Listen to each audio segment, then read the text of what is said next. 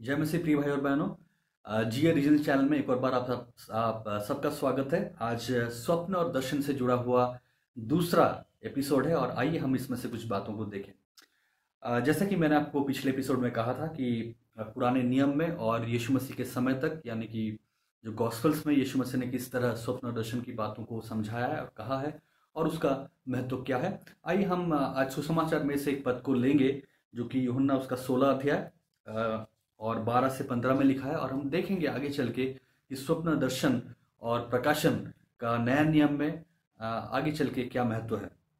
यूहन्ना उसका 16 अध्याय और उसका 12 से 15 पद। मुझे तुमसे और भी बहुत सी बातें कहनी हैं, परंतु अभी तुम उन्हें सह नहीं सकते। परंतु जब वो अर्थात सत्य का आत्मा आएगा तो तुम्हें सब सत्य का मार्ग बताएगा, क्योंकि वो अपनी ओर से न कहेगा, परंतु जो कुछ सुनेगा वही कहेगा, और आने वाली बातें तुम्हें बताएगा। वो मेरी महिमा करेगा, क्योंकि वो मेरी बातों में से लेकर तुम्हें बताएगा। जो कुछ पिता का है वो सब मेरा है, इसीलिए मैंने कहा कि वो मेरी बातों में से लेकर तुम्हें बताएगा। दो बातें मैं यहाँ पे कहना चाहता हूँ। पहला, कि पवित्र आत्मा जब आएगा वो किसकी बातें करेगा? मसीह की बातें करेगा। वो किसको महिमा देगा? मसीह को महिमा देगा। और यीशु मसीह यहाँ पे कहता है कि जो कुछ और भी बातें हैं जो मैं तुम्हें कहना चाहता हूँ, लेकिन अब मैं तुम्हें वो बातें नहीं कहूँगा। लेकिन जब पवित्र आत्मा आएगा वो उन बातों को तुम्हें प्रकट करेगा।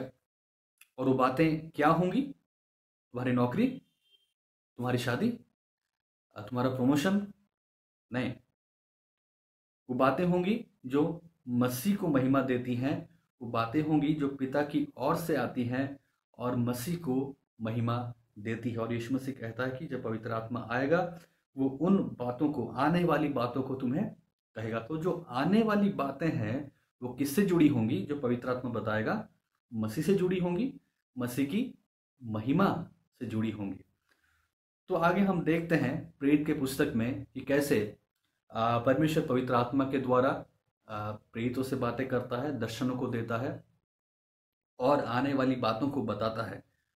तो आइए हम लोग कुछ खास और महत्वपूर्ण स्वप्न दर्शन या फिर आप कह सकते हैं प्रकाशनों को देखेंगे, दो तीन, जहाँ पे हम लोग समझेंगे कि इसका महत्व क्या था और ये किस संदर्भ में कहा गया था।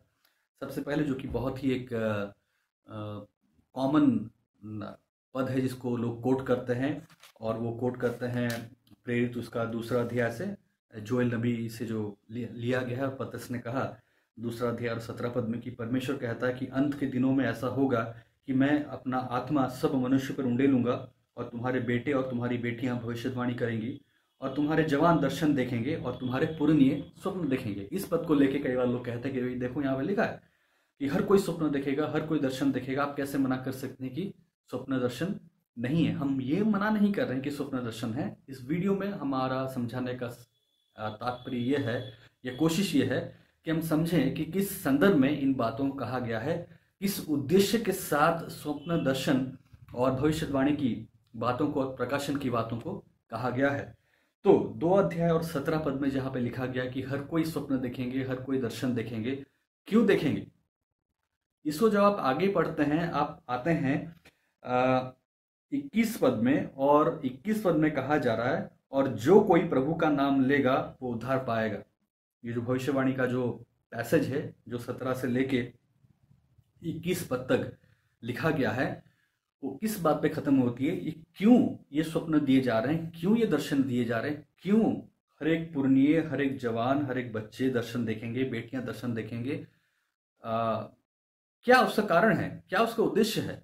उद्देश्य यह है कि इसके द्वारा परमेश्वर की सेवा फैलेगी, इसके द्वारा परमेश्वर की महिमा होगी, और वो आके क्या फल लेके आएंगे, उसका रिजल्ट क्या होगा? उसका रिजल्ट ये होगा कि और जो कोई प्रभु का नाम लेगा वो उद्धार पाएगा। यानी कि ये स्वप्न दर्शन जो हर लोग देखेंगे, हर प्राणी देखेंगे अंत के दिनों में, वो उद्धार को लेके आएगा लोगों के जीवन में। वो सुसमाचार को फैलाएगा संसार में, ताकि लोग उद्धार को समझे, उद्धार को जाने, उद्धार के संदेश को जाने और मसीह को अपने जीवन में ग्रहण करें उद्धारकर्ता के रूप में। और अगर आप जोएल नबी की पुस्तक में जाते हैं और इस पूरे संदर्भ को पढ़ते हैं, आप पाएंगे कि जो दूसरा अध्याय है जोएल का, वहां पे ये पूरा संदर्भ न्याय से जुड़ा हुआ है। यहाँ पे आपकी शादी किससे होगी, आपकी नौकरी कहाँ लगेगी, आप कहाँ घर खरीदेंगे, आपको कितनी तनख्वाह मिलेगी, आपके व्यक्तिगत जीवन से कुछ भी जुड़ा नहीं है। ये उद्धार से जुड़ा हुआ है, ये सुसमाचार से जुड़ा हुआ है।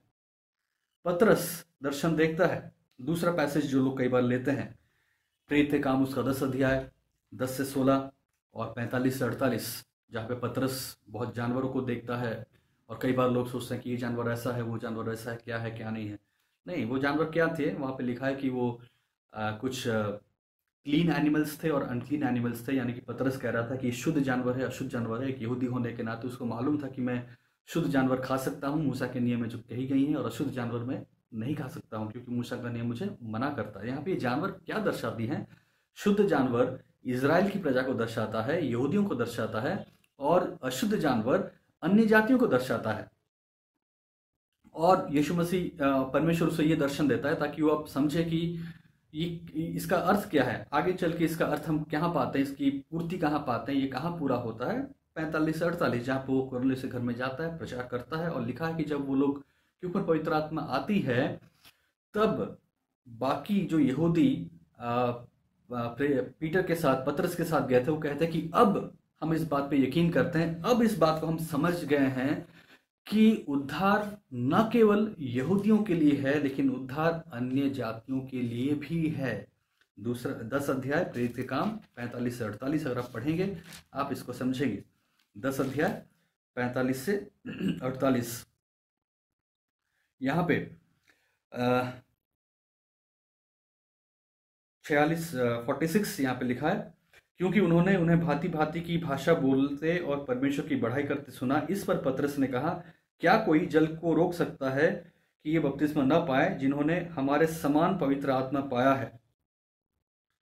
और यहाँ पे वो लोग इस बात को समझते हैं कि परमेश्वर के घराने में उद्धार का संदेश पाने में जैसे यहूदी लोग को परमेश्वर ने चुना, उसी तरह अन्य जातियों को भी परमेश्वर ने चुना है। 45 में ऐसे लिखा है कि और जितने खतना किए गए विश्वासी पतरस के साथ आए थे, वे सब चकित हुए कि अन्य जातियां पर भी पवित्र आत्मा का दान उंडेला गया है। तो अन्य जाति जो थे, ये अशुद्ध जानवर थे, ये अन्य जाति को दर्शा रहे थे। जो शुद्ध जानवर थे वो यहूदियों को दर्शा रहे थे। और यहूदियों को लगता था, पतरस को भी लगता था कि सुसमाचार तो मेरे लिए है, हमारे सिर्फ यहूदियों के लिए है। परमेश्वर का राज्य, उद्धार का संदेश केवल यहूदियों के लिए। लेकिन यहाँ पे साबित होता है कि नहीं, परमेश्वर का राज्य, सुसमाचार, उद्धार का संदेश न केवल यहूदियों के लिए है, लेकिन अब वो हर एक मानव जाति के लिए है। तो यहाँ पे जानवर क्या है, जानवर का चरित्र क्या है, इसको हमें समझने की आवश्यकता नहीं है। क्लास 1 का भी जो स्टूडेंट होता है उसको भी मालूम है कि जंगली जानवर क्या होता है, उनसे दूर रहना, बचना है। क्लास 1 के बच्चों को भी ये मालूम है कि सांप एक डेंजरस जीव है, उनको ये मालूम है कि शेर एक खतरनाक प्राणी है, उसके पास नहीं जाना है। तो हमें उसके लिए स्वप्न देख के समझना नहीं है कि भाई क्या है। आइए दूसरे जगह पे जाते हैं जहाँ पे हम पौलुस के बारे में बात करेंगे। इफिसियंस का 3 अध्याय, जहाँ पे पूरा अध्याय पढ़िएगा। इफिसियंस का 3 अध्याय, पौलुस कहता है कि परमेश्वर की भेद की बातें जो पुराने समय से छिपी थी मुझे दी गई। परमेश्वर की भेद की बातें जो पुराने समय से छिपी थी मुझे दी गई हैं। और ये भेद की बातें क्या है? 3 अध्याय अगर आप पूरा पढ़ेंगे आप पाएंगे भेद की बात ये है कि अब परमेश्वर के राज्य में अन्य जाति भी शामिल है। और पौलुस आगे लिखता है कि इसीलिए मैं अब पिता के सामने घुटनों को टेकता हूं और प्रार्थना करता हूं। पौलुस कहता है कि मैं इसलिए चुना गया ताकि मैं अन्य जातियों तक जाके सुसमाचार को सुनाऊं। तो पौलुस को भी जो दर्शन दिए गए, पर पौलुस को भी जो भेद की बातें दी गई, पौलुस को भी जो प्रकाशन दिया गया, उसका कारण क्या था, उसका उद्देश्य क्या था, ताकि पौलुस अब समझे कि उसकी बुलाहट क्या है। और उसकी बुलाहट क्या थी कि वो अन्य जातियों के बीच में जाके सुसमाचार को सुनाए। उसके दर्शन और उसके स्वप्न, उसको जो प्रकाशन मिला, वो उसके व्यक्तिगत जीवन के लिए नहीं था कि वो क्या करेगा, कहाँ शादी करेगा, किससे शादी करेगा, कहाँ रहेगा, 2 मंजिला घर होगा, फ्लैट होगा, ये नहीं था। वो ये था कि सुसमाचार, सुसमाचार और सुसमाचार। आगे चल के जब 2 कुरिन्थियों उसका 12 अध्याय में वो अपने दर्शनों की बात करता है और वो कहता है कि मैं इन पे घमंड नहीं करता। अगर आप पढ़ें ये दूसरा कुरिन्थियों उसका 12 अध्याय और उसका 1 पद से लेके 10 पद, वहाँ पे पौलुस अपने दर्शनों की बात करता है और वहाँ पे वो कहता है कि मैं मेरा घमंड इन पे नहीं है। वो तीसरे स्वर्ग में जाना, तीसरे स्वर्ग में बातों को सुनना और देखना, मेरा घमंड इस पे नहीं है। मैं अगर घमंड करता हूँ तो मेरे निर्बलताओं पे घमंड करता हूँ, क्योंकि जब जब मैं अपनी निर्बलताओं पे घमंड करता हूँ तब तब मसीह की सामर्थ मुझ में प्रकट होती है। मेरा घमंड उन दर्शनों पे नहीं है, स्वप्नों पे नहीं है जो मैं देखता हूँ। मैं तीसरे स्वर में क्या देखा क्या सुना, वो मेरे घमंड का कारण नहीं है। लेकिन लोग आजकल घमंड करते हैं कि हम क्या स्वप्न देख रहे हैं, उसका अनुवाद क्या है, हमें मालूम है, हमें एक खास अभिषेक हमारे ऊपर है और उस अभिषेक की शिक्षाएं वो लोगों को देते हैं और लोग भी उनके पीछे चलने के लिए तैयार हैं, ऐसे लोगों के पीछे। प्रिय भाई और बहनों, वचन को पढ़िए, वचन को संदर्भ से समझिए, क्योंकि वचन संपूर्ण है, कंप्लीट है। आपको कुछ नई चीज पाने की आवश्यकता नहीं है। वचन आपके लिए सफिशिएंट है, ये आपके लिए कंप्लीट है। कृपया वचन को पढ़ें, अध्ययन कीजिए और उसको समझिए कि क्या वहां पे लिखा गया है। मैं 2-3 लोगों के बारे में आपको बताना चाहूँगा यहाँ पे, इसलिए नहीं कि मैं किसी का नाम लेके किसी को बुरा भला कहना चाहता हूँ, लेकिन मैं समझाना चाहता हूँ। कई बार जब लोग इन दर्शन और स्वप्न के ऊपर डिपेंडेंट हो जाते हैं और इसको अपने जीवन में इतना महत्व देते हैं और लोगों को भी इसके ऊपर डिपेंड कराते हैं, अ, वो लोग लोगों को एक गलत दिशा में लेके जाते हैं। एक प्रचारक थे जिनका है अभी, उनका नाम है उल्फ एकमैन, जो कि स्वीडन के प्रचारक थे, जिंदा है। लेकिन एक समय था उनके जीवन में जब उनके द्वारा लगभग आधा स्वीडन सुसमाचार को सुना। एक बहुत बड़ी बेदारी उनके शिक्षाओं के द्वारा या उनके प्रचार के द्वारा है, लेकिन वो बहुत दर्शनों की बात करते थे और यहाँ तक कि उनकी किताबें ऐसी हैं जहाँ पे वो कहते थे कि मैं खुले आंखों से उन दर्शनों को देखता हूँ और परमेश्वर मुझे जो दर्शन दिखाता है, स्वप्न दिखाता है, और इन बातों को कहते थे। और धीरे धीरे स्वप्न दर्शनों के ऊपर भरोसा करना, स्वप्न दर्शनों को समझना, उसका अनुवाद करना, उसको क्लेम करना, ये शिक्षाएं उनके जीवन में बहुत ज़्यादा होती गईं। और एक समय ऐसा आया कि वो उनको कैथोलिज्म ज़्यादा सही लगा। उनको लगा कि नहीं, कैथोलिक चर्च सही है, कैथोलिक चर्च में प्रेम है, कैथोलिक चर्च में सही शिक्षा है। और आखिर में एक बहुत बड़ी कलीसिया का पास्टर होने के बावजूद, इतने लोगों के बीच में सुसमाचार का प्रचार करने के बावजूद, इतने लोगों के जीवन में बड़े बड़े कामों को करने के बावजूद वो भरमाए गए। उनके जीवन में स्वप्न दर्शन एक बहुत बड़ा महत्व ले आया और आखिर में उन्होंने कैथोलिक चर्च को चुना और उनको लगा कि सही शिक्षा, सही प्रेम, अनुग्रह की बातें कैथोलिक चर्च में दी जाती हैं, और फिर उन्होंने कैथोलिक चर्च ज्वाइन कर लिया। एक और प्रचारक हैं जिनको लोग बहुत फॉलो करते हैं, टॉड बेंटली। स्वप्न देखते हैं, वो दर्शन देखते हैं, अनुवाद करते हैं, सब कुछ है। लेकिन उन्होंने क्या किया, शादी होने के बावजूद भी उन्होंने किसी और लड़की से प्रेम किया, उसको पसंद किया, विचार किया और पहली पत्नी को डिवोर्स किया क्योंकि उनको ये नई लड़की पसंद आई और फिर उसने उससे शादी की। स्वप्न दर्शन के पीछे। और लोग अभी भी उसको गलत नहीं मानते, कहते हैं नहीं, लोग परमेश्वर ने उन्हें प्रकाशन दिया है, परमेश्वर ने उन्हें अगुवाई किया है, परमेश्वर ने स्वप्न के द्वारा, दर्शनों के द्वारा उनसे बात किया है। तो जब स्वप्न दर्शन के पीछे आप भागते हैं और उसको अपने जीवन में महत्व देते हैं, एक समय आता है जहाँ पे स्वप्न दर्शन परमेश्वर के वचन के ऊपर भी हावी बन जाता है और आपके लिए स्वप्न दर्शन महत्वपूर्ण बन जाता है और लोग भी उसी भाव में आ जाते हैं और कहते हैं कि नहीं, इस प्रचारक ने जो किया, इस सेवक ने जो किया सही किया, क्योंकि परमेश्वर ने स्वप्न के द्वारा उससे बात किया, परमेश्वर ने दर्शन के द्वारा बात किया। अब परमेश्वर का वचन के नियम एक किनारा में आ जा, एक किनारे में लोग कर देते हैं और स्वप्न को, दर्शन को ज्यादा महत्व देते हैं। पिछले कुछ दिनों में एक वीडियो बहुत वायरल हो रहा था जहां पे लोग कह रहे थे कि लारा दत्ता और महेश भूपति सुबह 4 बजे उठ के प्रार्थना करते हैं, परमेश्वर से सुनते हैं और अपने जीवन में फेसबुक, ट्विटर, व्हाट्सएप से पहले सुबह 4 बजे इस ब्रह्मांड के राजा, the master of the universe, boss of the universe, उससे वो लोग संगति करते हैं। उनकी लोग तारीफ कर रहे थे, महेश भूपति की, लारा दत्ता की बहुत तारीफ कर रहे थे और कह रहे थे कि देखिए कैसे परमेश्वर के जन हैं, कैसे वो लोग संगति करते हैं, कैसे परमेश्वर से सुनते हैं। महेश भूपति जब 7 साल उनकी शादी की हो चुकी थी, लारा दत्ता से मिले, उनको लारा दत्ता से प्रेम हुआ और उन्होंने अपनी पहली पत्नी को डिवोर्स दिया और लारा दत्ता से शादी की। आज वो लोग दर्शन देखते हैं, 4 बजे परमेश्वर को समय देते हैं और लोगों को पसंद आ रहा है। अब देखते हैं कि किस तरह लोग भरमाए जाते हैं जब लोग ये स्वप्न, दर्शन और एक्सपीरियंस और इमोशनल क्रिश्चियनिटी में चले जाते हैं।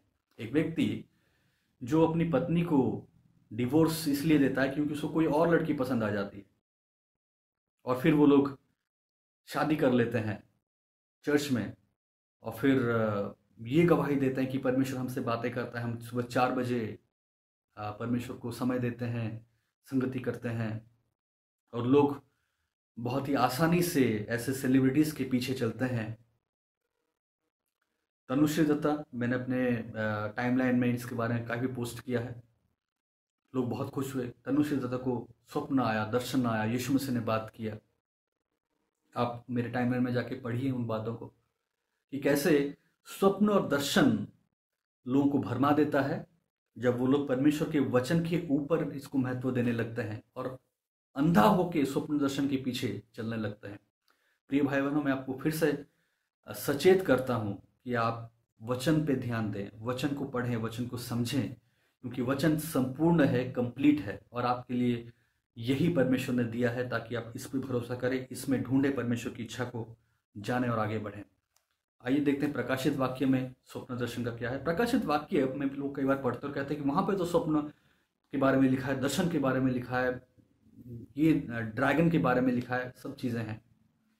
प्रकाशित वाक्य शुरू कैसे होता है, किस संदर्भ में शुरू होता है? कलीसिया को चेतावनी, 7 कलीसिया को चेतावनी कि वो लोग मन फिराएं, वरना वो लोग परमेश्वर के राज्य में प्रवेश नहीं कर पाएंगे। चेतावनी के संदर्भ में प्रकाशित वाक्य है, ताकि कलीसिया को चेतावनी दी जाती कि वो लोग तैयार हों। किसके लिए तैयार हों?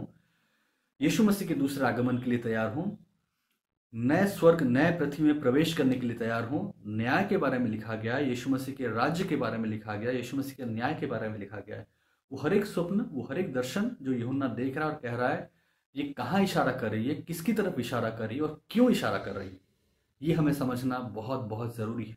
वरना हम इन जानवरों के पीछे, जानवरों के अनुवाद के पीछे भागते रहेंगे और अपने जीवन की सच्चाई, जीवन की परमेश्वर की इच्छा हमारे जीवन में क्या है, इसका अर्थ हम उसमें से निकालने की कोशिश करते रहेंगे। तो भाई और बहनों, बचिए ऐसे चीज़ों से और ऐसे लोगों से जो आपको ऐसी बातें करके भरमाते हैं।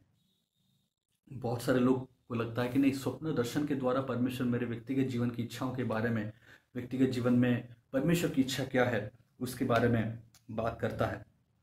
लोग सोचते हैं कि स्वप्न दर्शन देख के मुझे पता चलेगा मैं बीमार क्यों हूँ, स्वप्न दर्शन देख के परमेश्वर मुझसे बात करेगा कि मुझे किससे शादी करनी है, स्वप्न दर्शन देख के परमेश्वर मुझसे बात करेगा मुझे कहाँ नौकरी करनी है, स्वप्न दर्शन देख के मुझे पता चलेगा कि मुझे कहाँ जाना है। मुझे तो लगता है कि लोग इसलिए इतना स्वप्न दर्शन की बात करते हैं क्योंकि उनको बाइबल को पढ़ना, समझना, अध्ययन करना ये बड़ा कठिन लगता है। उनको यहाँ पे समय देना बड़ा कठिन लगता है, और उनको लगता है कि नहीं, स्वप्न दर्शन बड़ा आसान तरीका है। रात को सो, स्वप्न देखो, परमेश्वर की इच्छा को जान लो। प्रार्थना, उपवास, बाइबल को पढ़ना, अध्ययन करना कठिन है। स्वप्न देख के अपने जीवन के लिए निर्णय को ले लेना अपने हिसाब से बड़ा आसान है। अब तो सवाल ये है कि अगर ऐसा है कि आपको अपने जीवन में जो इच्छा है, परमेश्वर की इच्छा जो आपके जीवन में है, वो आप कैसे जानें?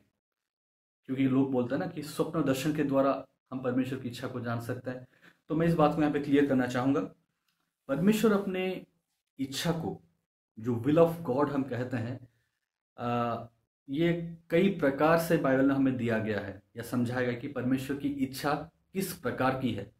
लगभग कम से कम 6 तरीके हैं या 6 तरीके हैं जहाँ पे हम परमेश्वर की इच्छा को जान सकते हैं, या फिर परमेश्वर ने अपनी इच्छा को 6 अलग अलग तरीकों से समझाया है बाइबल में, और उसमें से मैं केवल 2 तरीकों को मैं आपको बताना चाहूँगा। पहला, परमेश्वर अपनी इच्छा किस प्रकार से हमें देता है, अपने जनरल विल के द्वारा, परमेश्वर की जो साधारण इच्छा है हर एक विश्वासी के लिए।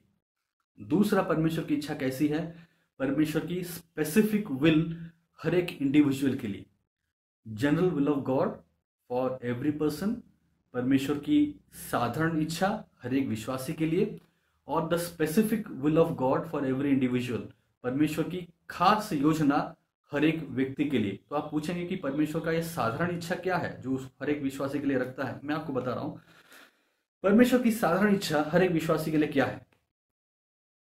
परमेश्वर की साधारण इच्छा यह है कि हम पवित्र बने। पहला थिस्सलुनीकियों 4 अध्याय 7 पद। परमेश्वर की इच्छा यह है कि आप पवित्र बने क्योंकि आप इसी के लिए बुलाए गए हैं। परमेश्वर की साधारण इच्छा हम सबों के लिए है, विश्वासियों के लिए, कि हम सुसमाचार का प्रचार करें। मत्ती 28 अध्याय 18 से 20 पद। परमेश्वर की साधारण इच्छा हम में से हर एक विश्वासी के लिए यह है कि हम संसार की वस्तुओं पे मन न लगाए। कुलुस्सियों 3 अध्याय 1 से 3 पद। परमेश्वर की साधारण इच्छा हर एक विश्वासी के लिए क्या है कि हम परमेश्वर के राज्य, उसके धर्म, परमेश्वर के राज्य और उसकी धार्मिकता की खोज करें। मत्ती 6 अध्याय 33 पद। परमेश्वर की साधारण इच्छा हम में से हर एक के लिए कि हम मसीह के वचन में जड़ पकड़े। कुलुस्सियों 3 अध्याय 15 से 16 पद। ऐसे बहुत सारे पद हैं जहाँ पे परमेश्वर अपनी साधारण इच्छा को हम में से हर एक के लिए प्रकट करता है। और परमेश्वर की खास इच्छा आपके जीवन में क्या है, उसको पाने का तरीका यह है कि आप परमेश्वर की साधारण इच्छा को पूरा करते जाएं। जैसे जैसे आप अपने जीवन में परमेश्वर की साधारण इच्छा को पूरी करते जाएंगे, परमेश्वर के राज्य को खोजते जाएंगे, संसार की वस्तुओं पे मन नहीं लगाते रहेंगे, पवित्रता में बढ़ते जाएंगे, सुसमाचार को सुनाते जाएंगे, वचन में जड़ पकड़ते जाएंगे, परमेश्वर आपके जीवन में परमेश्वर की खास योजना को, परमेश्वर की खास इच्छा को, उसके स्पेसिफिक विल को प्रकट करता जाएगा। आपको जानवरों को देख के उसका अनुवाद करके ये जानने की आवश्यकता नहीं होगी कि परमेश्वर क्या चाहता है कि मैं क्या करूं। आपकी शुरुआत कहां से होनी चाहिए? परमेश्वर की जनरल विल को फुलफिल करने में। परमेश्वर की साधारण इच्छा जो आप में से हर एक के लिए चाहता है, उसको जैसे जैसे आप पूरा करते जाएंगे, उसमें जैसे जैसे आप बढ़ते जाएंगे, परमेश्वर आपको आपके जीवन में जो व्यक्तिगत परमेश्वर की योजना है वो आपको परमेश्वर प्रकट करता जाएगा।